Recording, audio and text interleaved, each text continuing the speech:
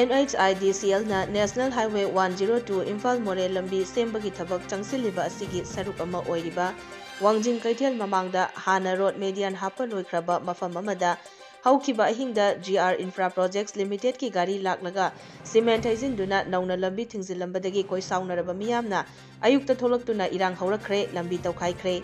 Tungda Thobal District Police ki team ama laktuna DC ga wari sanabiyu lambi Toukhaiba tawbiganu haiduna irang tawduna lambi Toukhairamba Singadu tankaiki Khongjang aduda saruk yakhibi Keithel Phambi amana phongdorakpada ahingda laklaga mafam asigi road median thingzilamba asi maram chade lambi asida Tengnopal District ki khulsing yauna Wangjing Kairem Bikok amadi salungphamna chingba khul kaya marumgi tholakpham lambi oiribani khulsing asigi tholakpa singadu khongjom dana chatlaga gari mamai layu hairibra Keithel manunglomda maihau langpok thoklabadi mai kannanaba lakpa gari adusu khongjom dana chatpa taribra haina hangladuna DC Thobalna mafam asida laklaga tawriba mawong asi maram chai chade haidu yengbiyu haiki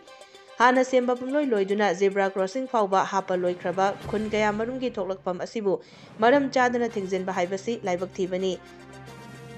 thingbanena thinglagadi DC office mamang SP office mamang IRB mamang amadi hairok lamkhaigi area ase su thingjenbiro hairaduna khun kaya gi miyoi lakhen bagi thoklakpam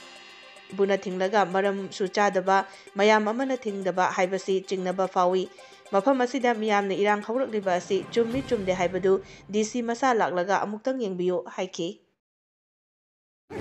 akoi bazar sidaida akoi gi jabra coaching taraba loina loiraba pot asida moina mati thingjalami se niom chade hai na koi kethen bi miyamna thugai bani gari marang gi no haibada hogi se Wangjing asida mai hau la po ma thokpa matamda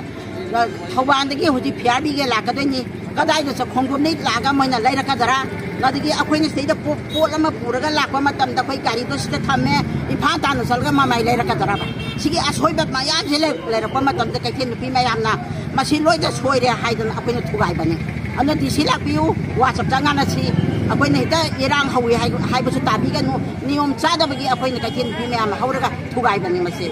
aduna ahin no aidabu kari marang gina nahangai mo khoina masi thingi haiba tarabati chap chana thingbi garo jabra coaching targa mafam thama mafam je kari gi ahin pung amani da moina mafam ase bilamati targa no toroma no ba